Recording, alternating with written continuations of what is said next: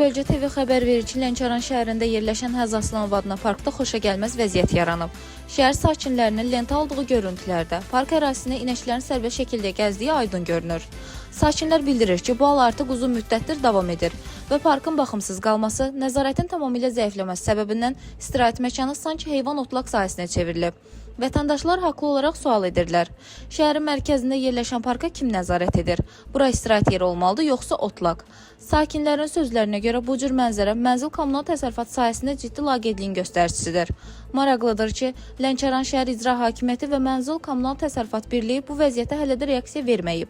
Halbuki parkların abadlığı, təmizliyi və qorunması məhz bu orqanların birbaşa məsuliyyətinə daxildir. Sakinlər məsələ ilə bağlı aidiyyatı orqanlardan park ərazisinin dərhal nəzarət altına alınmasını, malqaranın girişinin qadağan edilməsini və müvafiq tədbirlərin görülməsini xahiş edirlər. Dilbər Vüqar qızı, Bölgə TV.